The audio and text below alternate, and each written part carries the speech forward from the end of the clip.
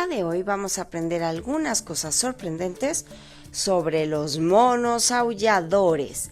Y es que se les llama así porque tienen los sonidos más potentes y ruidosos del mundo. Los monos aulladores son considerados los animales terrestres más ruidosos. Sus llamadas pueden ser escuchadas a 3 o 4 kilómetros de distancia. ¿Y por qué es que hacen eso? Bueno, tienen un hueso muy desarrollado en su garganta que actúa como un gran resonador, como si sus pulmones y garganta fueran una especie de tambor que resuena y se puede escuchar así este aullido a gran distancia. Los machos aulladores hacen este sonido para decir que ese lugar en el que están es su territorio y también para alertar a otros grupos que no deben acercarse o que hay algún peligro para su propia manada. Por ejemplo, hombres cazadores o algún reptil grande como un cocodrilo que se los pudiera comer de pronto. Bueno, por eso es que los monos aulladores emiten ese gran sonido. Son animales arbóreos, quiere decir que viven en la copa de los árboles y como muchos otros primates tienen unas colas prensiles que las usan como si fuera como una quinta extremidad, como una pata más de la cual se pueden sujetar a las ramas. Esta es una de las pocas especies con diferencia del pelaje entre machos y hembras. Es decir, que con gran facilidad puedes decir, este es un mono macho y esta es una hembra. ¿De qué se alimentan los monos aulladores? Pues de hojas principalmente, obteniendo gran parte del agua de su comida. Como pueden ser fácilmente presas, no bajan con mucha tranquilidad allí a la tierra. Los monos aulladores viven en ambientes húmedos tropicales, como el bosque tropical, y les gusta mucho estar en un lugar denso y abundante de árboles, porque como ya te dije, les gusta vivir en los árboles. Viven en América y como ya te he dicho, el mono aullador es uno de los más grandes que hay en América. Y, por ejemplo, en nuestro país viven en Chiapas, a lo largo de los ríos y en ambientes con una vegetación con árboles muy altos. Son animales gregarios que forman grupos pequeños, que se quieren mucho, se cuidan mucho y son familias de 2 a 6 miembros, de 2 a 6 individuos, o sea, son familias pequeñitas y está compuesta esta familia de 1 a 2 machos adultos y el resto son hembras y jóvenes que pueden ser de ambos sexos.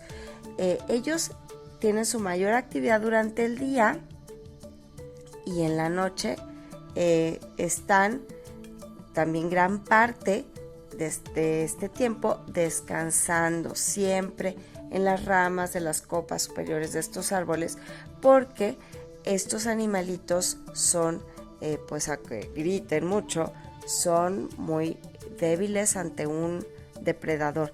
Lamentablemente, y esto me da mucha tristeza, son una especie en peligro de extinción.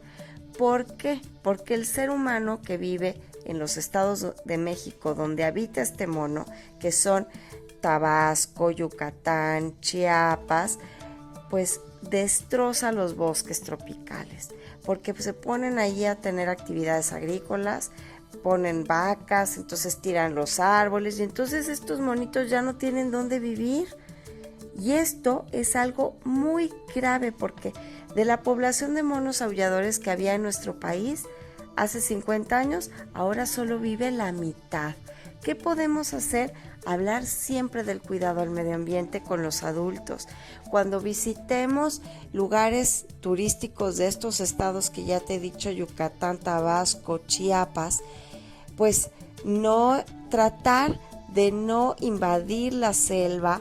Si estamos en la selva y conocemos a alguien por allí, decirles, oigan, pues no destruyan, no se pongan allí a sembrar, porque es lugar de selva, no de campo, y tenemos que hablar de estos temas, niños, adultos, todos, para que podamos cuidar en medida de lo posible, lo más que podamos, a especies maravillosas como esta.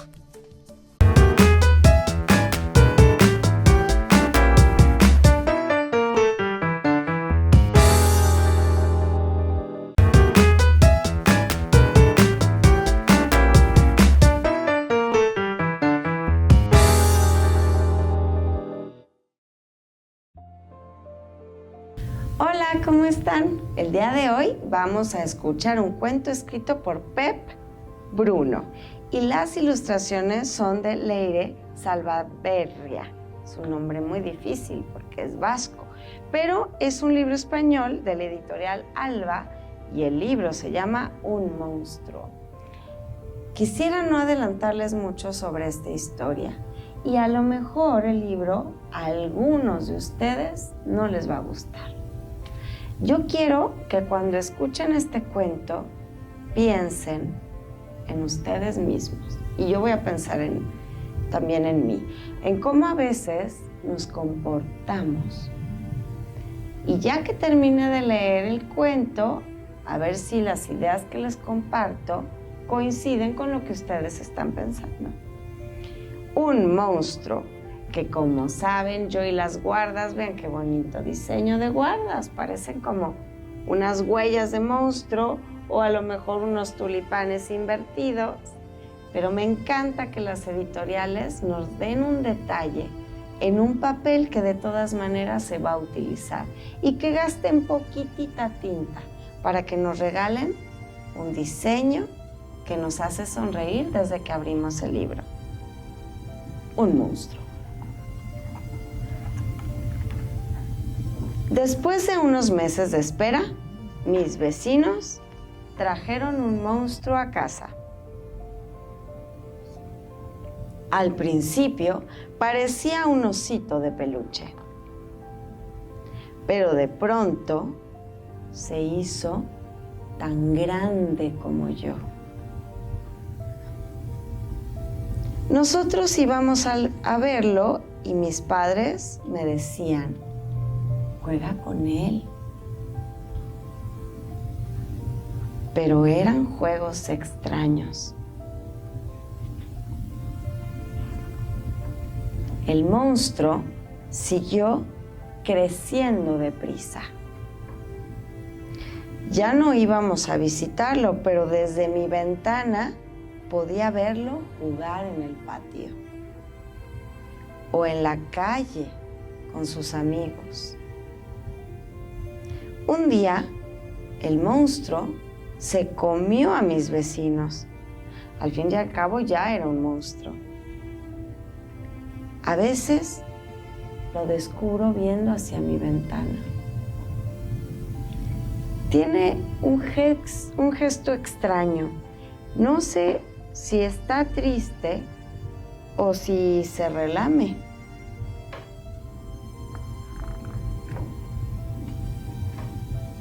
En esta ilustración sin palabras, el monstruo se mete a mi casa.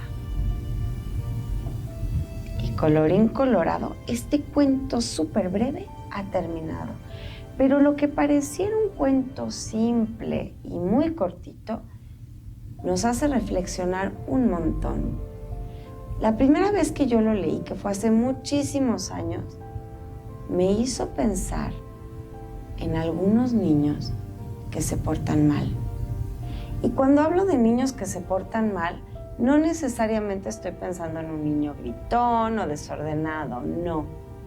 Estoy pensando en un niño que hace daño a los demás, o niña, y que luego pareciera que no tiene papás que le dicen eso no está bien, o no rompas eso, o no le hables así, o no grites de esta manera.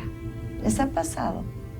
Bueno, justamente el autor en este libro quiso comunicar eso. Y es un libro que escribió, como ustedes se fijaron, con muy pocas palabras. Voy a describir un poco algunas de las ilustraciones que verán en pantalla para que se fijen bien en los detalles que la ilustradora hizo.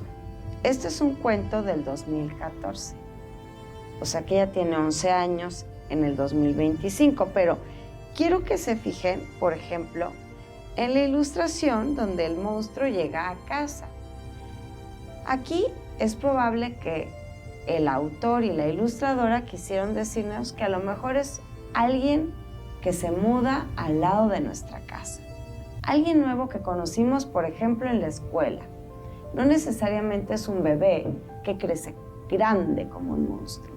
Pero lo que sí nos refleja el monstruo en la segunda ilustración, en donde dice que era o parecía un osito de peluche, es que ese monstruo ya le hizo daño a alguien. ¿Te fijas en la ilustración? El monstruo se ha comido al pez. Su esqueletito está en el piso, la pecera vacía, y hay un gato curioso que se ha fijado que el monstruo se comió al pez. En la tercera ilustración, en donde hablamos de que el monstruo es tan grande como el niño del cuento, vemos que ya son como dos niños que comparten juego. Sin embargo, no están juntos. ¿Te ha pasado eso? ¿Te ha pasado que tienes un compañero o una compañera que tiene una forma de jugar ruda o difícil y que prefieres mantener tu distancia? ¿Qué pasa con los adultos que hay alrededor? Esa pregunta se hace el autor. Y lo sé porque a veces los escritores, cuando hacen un libro, son entrevistados por algunas personas para decir lo que ellos observan. Y en la siguiente ilustración es muy claro. Aparecen muchos personajes. Los papás del monstruo, los papás del niño, el gato que incluso parece asustado, escondido detrás de un jarrón, y en un cuarto alejado vemos al monstruo. Y claro, a veces eso nos pasaba a nosotros cuando éramos niños, a los adultos, y a veces eso les pasa a ustedes o no, que les dicen, ándale, ve a jugar con ese niño o con esa niña, pero nosotros ya no queremos estar allí, nos sentimos muy, muy incómodos. Bueno, este es el momento de pronto en el que Pep Bruno dice, ¿qué pasa con la educación de los niños? ¿Es realmente culpa de los papás? ¿Es culpa de los niños? ¿Es culpa de los maestros? ¿Es culpa de los vecinos? ¿O es culpa de todos los que estamos alrededor que un niño sea malo como un monstruo? Eso es lo que nos preguntamos cuando vemos una ilustración en donde están sentados en un tapete y los juguetes del niño han sido destruidos por el monstruo, que no respeta ni cuida a los demás. Finalmente, yo me quedo pensando en si somos nosotros un amigo o amiga seguro para los demás, en si hacemos que otro tenga miedo de nosotros, en si nuestros sentimientos son genuinos o no, y en lo importante que es poner límites y decirle al que nos hace daño que no se acerque a nosotros. ¿Por qué no platicas un poco sobre este cuento que acabamos de ver con quienes viven en tu casa? ¿Cómo te sientes con algún vecino o amigo, o amiga, o vecina? ¿Sientes que a veces estás muy incómodo con esa persona? ¿En qué te quedas pensando? ¿Sabías tú que en los hospitales de Japón no hay habitaciones con el número 4 ni con el número 9? Esto se debe a que se consideran números de la muerte allí. ¿Sabías que China es el país que utiliza más el Internet? Mucho más adelante que la India o los Estados Unidos. En China hay 721 millones de usuarios de Internet. ¿Sabías que en Ohio un estado de Estados Unidos está prohibido cazar ratones. ¿Sabes que darle clic 10 millones de veces al mouse de tu computadora te hace perder una caloría? Y algo interesante, ¿has pensado que la dirección de tu casa es única en el mundo? ¿Habías pensado eso?